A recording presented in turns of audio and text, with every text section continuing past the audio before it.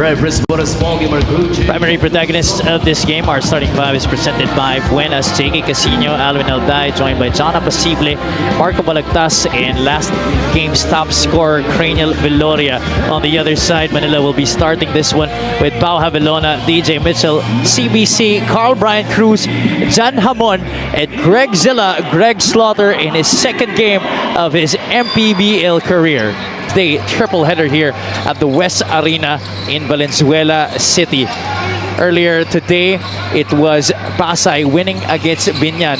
Later on for our main game, it's the Valenzuela Classic defending their home floor against the Davao Occidental Tigers. DJ Mitchell opening up the scoring. Well, sabi niya, we're adjusting, we're continuing to make changes as it should be, but it's still a long way to go para sa kanila. You know what's scary about this Manila team is these are the types of team that just peaks at the right time. Now it's a struggle to Paolo Saini alongside good point guards in Havilona and also Navarro. This team is going to be very deadly towards the postseason. And speaking of adjustments, they will have to make those kinds of adjustments in terms of manpower because Sean O'Malley will eventually leave this team because he is an SGL player para sa kanila. Oh, CBC is off to a hot start here. 2 3-pointers right away. And CBC just showing wala talagang hindi magagamit dito sa 5 nitong Manila. Mitchell also continues to remain unscathed from the outside. 2 out of 2. Only 3.5 minutes at wala pang nashoot itong Rizal early on here in the ball game. So huge struggle, especially with the talent level of Rizal. But Manila just making everything they're taking from the... Havilona from way downtown. That's a block by Balagtas. The Golden Coolers on the run. This could be their first basket and Alday gives them that. Perfect start para dito sa Rizal to be able. Finally, they have a bucket. Mitchell doesn't settle for the outside shot. He pulls back out to Havilona. Carl Brian Cruz will not hesitate and he still is sizzling hot here. Loses it. The defense really tight for Manila even with this new 5. Hamon leans in and gets a 2-point. He is a winner here in the league, having won with the Davao Occidental Tigers. That's why his addition here for Rizal. Definitely a welcome piece para sa kanila. He gets a basket underneath despite the presence of 3 blue shirts. Veteran player right here in Kita Govida. Para sa Manila, Batang Sampaloc. That's why they are ahead 24-10. Our end of the first quarter score is brought to you by GameX, the official online lending partner of the MPBL, the first and original online basketball lending sa Pinas. Pingoy working against Flores. Good dish to Agovida. And Kita Govida, ever since he's checked into the game, he has been their primary source of offense. 6-inning run. Oh, Pingoy being aggressive there. And he tries to draw an offensive foul against his former college buddy, Greg Slaughter. And CBC off the bench still continues. Mitchell finds CBC down low. The fake, the 2 points up and in para kay Carl Brian Cruz. Much more scoring para kay CBC here in today's ball game. Already up to 13 in the first 15 minutes and defensively. And Rizal has found no answer here in today's ball game. Pau Havilona hitting his second 3-point shot of the game. That's 6 points now for the former NU Bull that he decided to display here in the pros instead of still suiting up for the LaSalle Green Archers in the UAP. He would have caused so many problems. I'm sure. Casino had that one picked away. Greg Zilla, look out below! Everybody just saw. Stolen by Rizal. They really want to create for Greg and get his confidence in terms of scoring here. Alday gets the contact. Basket and 1 para Mali. Havilona had his pass picked off here by the Rizal defense. Casino leans in, gets the left-hand finish to go. Can never give that left side dito kay J.K. Casino. That is his strength. That is his comfort level. Mitchell, bullseye! On point. Every time he's wide open, that will be a make. But eventually really running through and getting that big lead. And they've been able to stay composed and keep the 16-point lead heading to the third quarter. 42-26, our halftime score is brought to you by GameX, the official online lending partner of the MPBL, the first and original online basketball lending sa Pinas. In the first quarter, so they want to be able to replicate that kind of basketball. Meanwhile, Rizal is starting with Chad Alonso, who scores on that bucket together with Keith. And he makes a stop right there. 2-on-1 break. Veloria will go all the way that short. Alday on the follow. Good trail job there by Alwin. 1-2 punch fast break right there. Alday and Veloria trying to get the rhythm going. They go to the post. Slaughter goes cross-court to the corner. Abelona from downtown. Yes, sir. That's the name of the game for Pau Abelona. This guy is a bona fide 3-point. He will make it. He is now 3 points away from being the 37th member of our 1,000 points club here in the MPBL, Pau Abelona. I don't know if he's aware of that. I remember the coaching staff not wanting Pau Abelona to know that stat just so he can focus on winning the game. Pingoy looks ahead. He sees Veloria. Cranial pulls up, jumper, rims out. Agovida snatches it from the sky and gets the 2 points. Good hustle by Keith Agovida to keep that ball alive in that last possession. In the first half where they got 8 threes in total. So that's going to be very complimentary because as a 7-footer, you will just get all of the attention in the middle.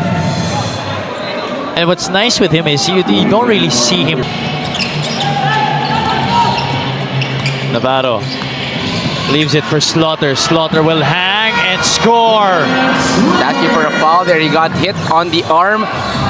But still a good roll coming from... Last year played for the Iloilo United Royals. Was one of the top assist men in last season's campaign. Didat Hanapi off the bench. No warm-up needed for the board. Against the Abra Weavers, it was a 68-94 blowout. They went on to beat Binyan 79-63, courtesy of Greg Slaughter, who made his debut in that match, and he continues to pick up here in the third quarter para kay Coach Ralph Rivera. Marvel Jimenez pulls back. Balagtas for 3. That's money. That's one guy they need to step up here in today's ball game, as Greg Slaughter will be protecting the inside. The Bigs now has a perfect guy to do that, but that's its first 3 in the ball game. Sorry, it's not a 3-pointer. He was inside the arc there, so just a 2-point shot for the former Davao Tiger. Slaughter, that's just easy pickings for Greg Slaughter. And that's a good execution right there. Numerous questions, or should I say the huge question for Rizal, that is Greg Slaughter. Already a double-double game para dito kay Greg Slaughter. Agovida gets the defense of Greg, able to score on the follow-away. 16 points for Keith Agovida, but one man cannot do it alone para dito sa Rizal. Full fourth quarter to go. De La Cruz drives baseline. Navarro right there with him. Unfortunately for Renzo, that's going to be a personal laban sa kanya. Eventually get the rhythm going.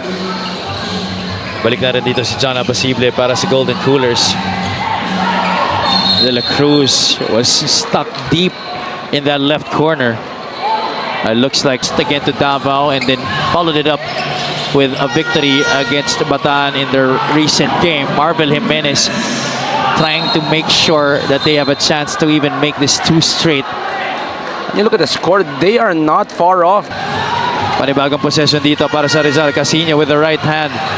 That's his offhand. Apasible keeps it alive. De La Cruz sets for 3. De La Cruz knocks it down. Don't look now. This is only a 9-point lead. It's a good run. 6 points in that quarter. 11 and 11 for Greg Slaughter entering the final frame. 60-51 are in the third quarter scores, brought to you by GameX, the official online lending partner of the MPBL, the first and original online basketball lending sa Pinas. Short on the point-blank shot. Casino demanding for that screen. A little show there by CBC. Balagtas, he can hit that. That's money for Marco Balagtas. That's a good... Slaughter asking for it in the middle. Mitchell gives it. The double comes from Jimenez. Now single coverage for John Apasible. Slaughter, the drop step, puts it up, gets it in. 2 points more para kay Greg Zilla. Only so much you can do. That's already a perfect... Here in our season that he could give Jeff Viernes' 50 points a run for their money?